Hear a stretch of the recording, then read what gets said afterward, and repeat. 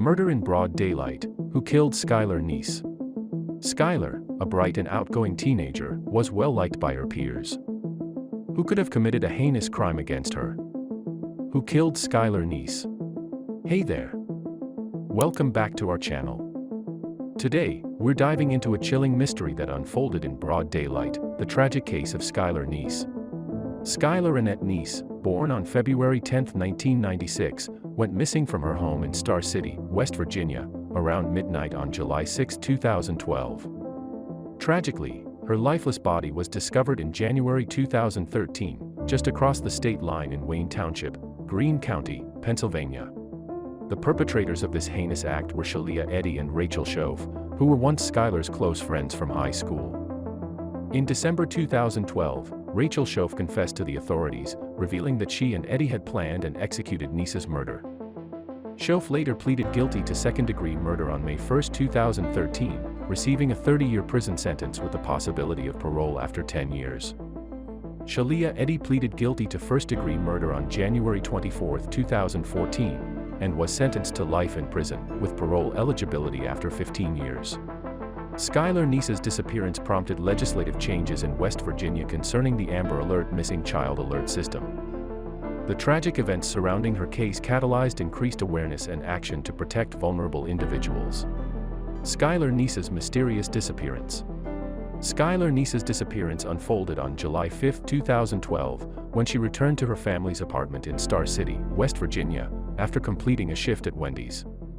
Surveillance footage from her apartment complex captured Neese leaving through her bedroom window at 12:30 a.m. on July 6, entering a sedan alongside Rachel Shove and Shalia Eddy. Notably, Neese left without her cell phone charger, left her window open, and, according to her father, had plans to return home. These details added to the mystery and concern surrounding her sudden departure, setting the stage for the tragic events that would later unfold in this heartbreaking case. Skylar Neese's investigation and heartbreaking revelations. Investigation into Skylar Neese's disappearance initially considered her a runaway, leading to a delayed issuance of an Amber Alert as customary waiting periods were observed. Despite an early tip placing Neese in North Carolina, it was determined that the sighting was not valid. In their desperate search for answers, Neese's parents distributed flyers in the Monongalia County region.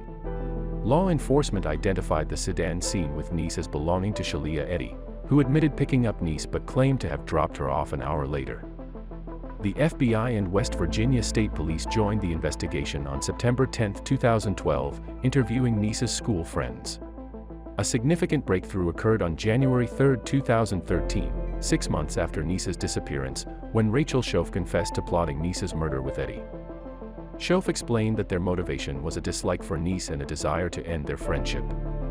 Shockingly, these were individuals whom Neese considered among her best friends, and Eddy had even assisted the family in distributing missing person flyers. Following Shove's confession, investigators were led to Neese's body. On March 13, 2013, U.S. Attorney William J. Eilenfeld II confirmed that the body discovered on January 16, 2013, just over the state line in Wayne Township, Greene County, Pennsylvania, was indeed Skylar Neese.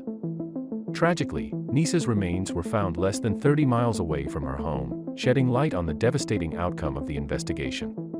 Legal consequences of Skylar Neese's murder. On May 1, 2013, Rachel Shove pleaded guilty to second-degree murder, revealing a chilling account of the crime. According to court records, Shove and Shalia Eddy picked up Neese, drove to Pennsylvania, and fatally stabbed her as part of a premeditated plan. Despite attempts to bury Neese's body, they were unsuccessful and resorted to covering it with branches. Shockingly, conversations overheard by fellow students about the murder were not reported, as they mistakenly believed the girls were joking. Shove's plea agreement recommended a 20-year sentence for second-degree murder. During sentencing, Shove expressed remorse, apologizing to Neese's family, her own kin, and God. In a later parole hearing, she cited a motive, revealing tension arising from a romantic relationship between her and Eddy, which played a role in the crime. Despite her apology, Shove was denied parole in May 2023. On September 4, 2013, Shalia Eddy was publicly identified as the second alleged perpetrator and was set to be tried as an adult. She faced charges of kidnapping, first-degree murder, and conspiracy to commit murder, pleading not guilty. Facing potential additional charges in Pennsylvania, Eddie opted for a guilty plea to first-degree murder on January 24, 2014.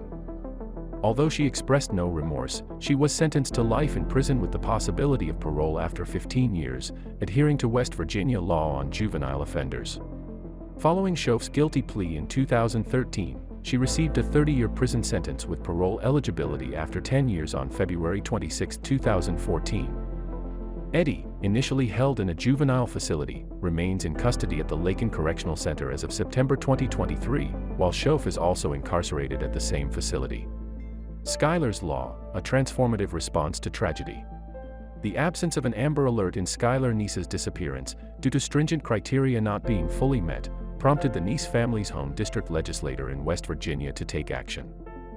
In a bid to enhance the state's Amber Alert system, Skylar's Law was introduced, seeking to eliminate the 48-hour waiting period before declaring a teenager missing and endangered.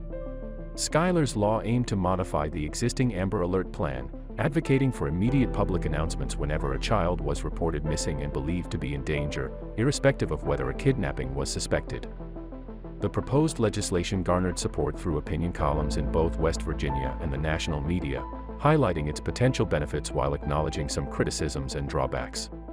The West Virginia House of Delegates, on March 27, 2013, demonstrated overwhelming bipartisan support for Skylar's Law with a unanimous 98-0 vote. On April 12, 2013, the West Virginia Senate unanimously passed the law, incorporating minor technical changes. The House of Delegates promptly accepted these adjustments on the same day. West Virginia Governor Earl Ray Tomblin signed Skylar's Law into effect in May 2013, marking a significant legislative response to the tragic circumstances surrounding Skylar Neese's disappearance. As we delve into this haunting case, the question echoes in our minds: how could such a senseless act unfold in the light of day, and who could harbor such darkness within? Don't forget to like, subscribe, and hit that notification bell to stay updated on the latest mysteries we unravel here on our channel. Until next time, stay curious and stay safe.